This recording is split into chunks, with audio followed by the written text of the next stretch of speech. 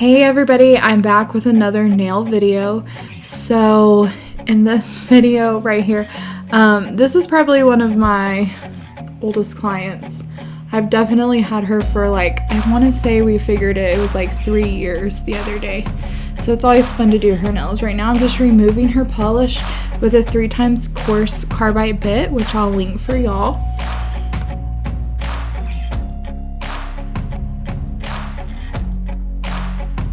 I also need to share that this client drives all the way from Lubbock for me to do her nails, which is so cool and so humbling. That's so awesome to me. But so if you have an excuse why you can't get in the salon, no you don't. But I am prepping her nails. This day I was just having heck with my sanding bands. I think it was actually the product I was removing on her. I had tried a different polygel on her and it was really kicking my butt with those sanding bands and the way I prep nails. So I fast forward over a lot of that.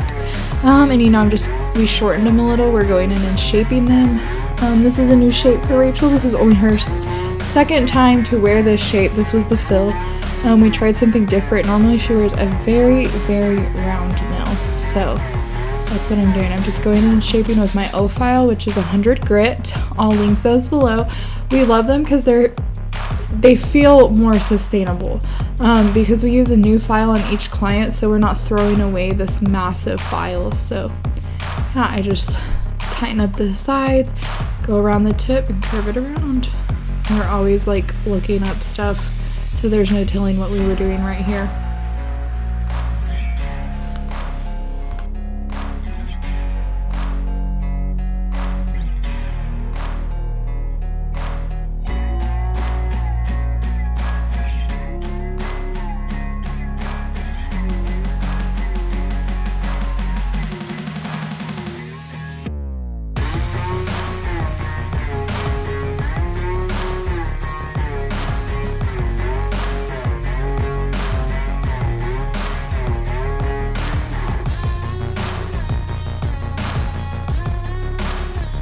So we are right back to shaping. I don't know what I was doing. It looked like I was answering a text message.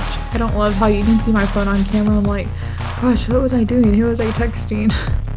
Anyway, same thing, just shaping up the sides, bringing them back in, because as the nail grows down, what is in their cuticle is going to pull down, and so it's going to be wider, and you need to reset that shape.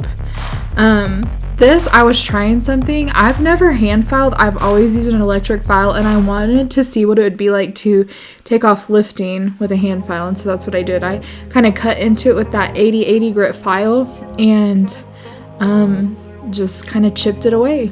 Right here I'm going in with a cuticle bit.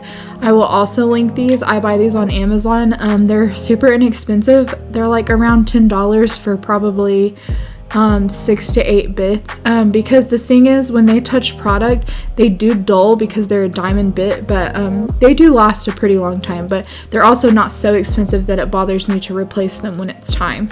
So I just like to go up the sidewall around and then back down the other sidewall. This just makes sure that there's no skin hanging out on the nail plate for the polygel to attach to, because skin is the enemy. Even if it's dead, dried skin, it will cause lifting. So right here I'm going in with the Young Nails primer. Love this stuff. I had given her a little micro cut on her pinky, so I did not want to use acid primer because she had a cut. And had I got that acid primer in it, it would have been absolutely miserable. So then I go in with my base coat. I use DND Base Coat, but I've found over the years that base coat is totally base coat. None of them are better than the others. They all give the same effect. If your nails aren't sticking, I promise you it's not the nail. It's not the base coat, it's something else. I'm like, ooh girl, you just zoomed in. But yeah, just base coating every nail. Technically, you only have to base coat the new nail growth, but I just like to go ahead and do it all.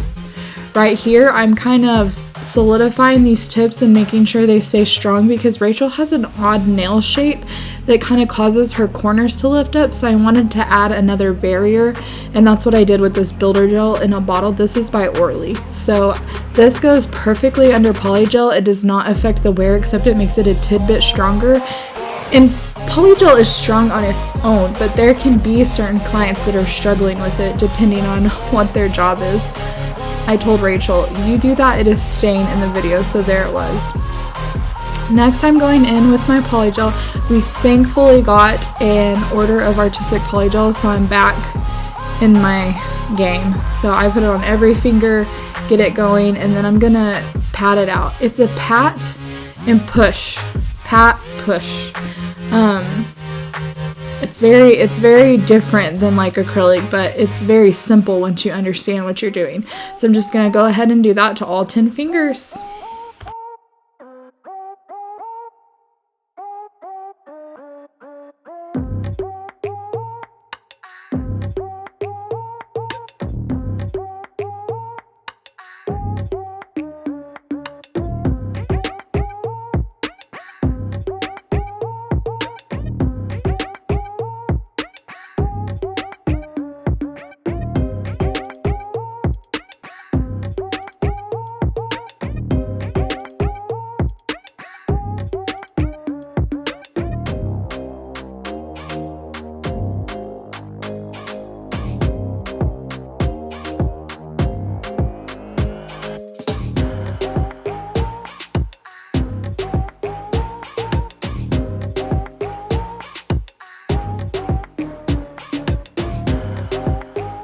So I always shape my nails twice. I shape them before I apply product because I'm resetting what has grown out.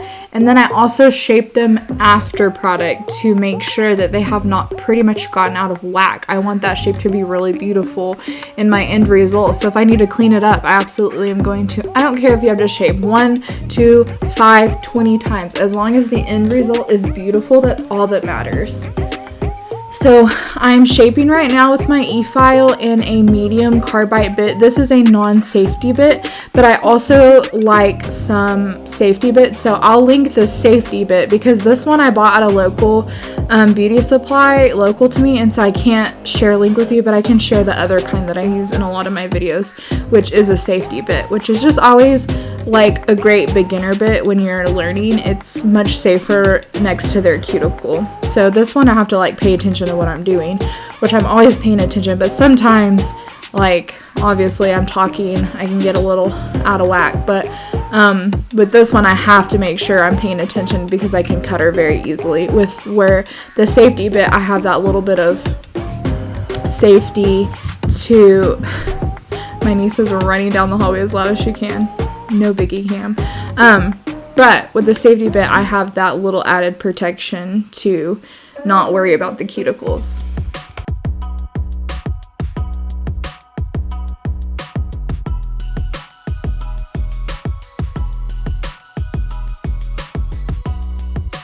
So I'm just going in with my mini buffer, and she had some polygel stuck up underneath her finger. Of course, I would never leave that, so I just picked it out for her. She picked this beautiful DND blue called Diamond Eyes, I think was the name.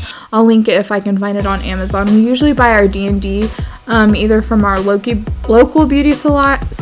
Excuse me, I'm tongue-tied.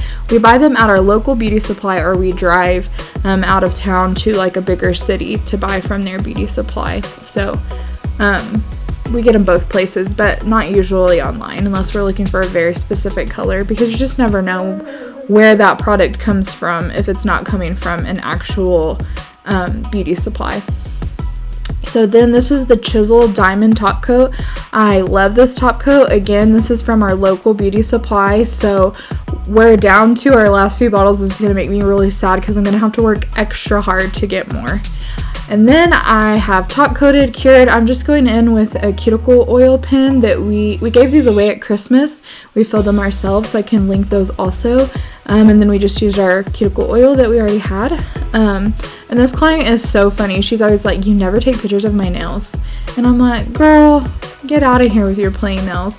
And so I was like, okay, let's take a picture. If you're going to be in the video, you have to have a picture. And this was all her nail posing. So thanks for watching this video, guys. If you would like it and subscribe and share all the things, it would be so amazing to me. I'm so thankful for all of y'all. Thanks for watching.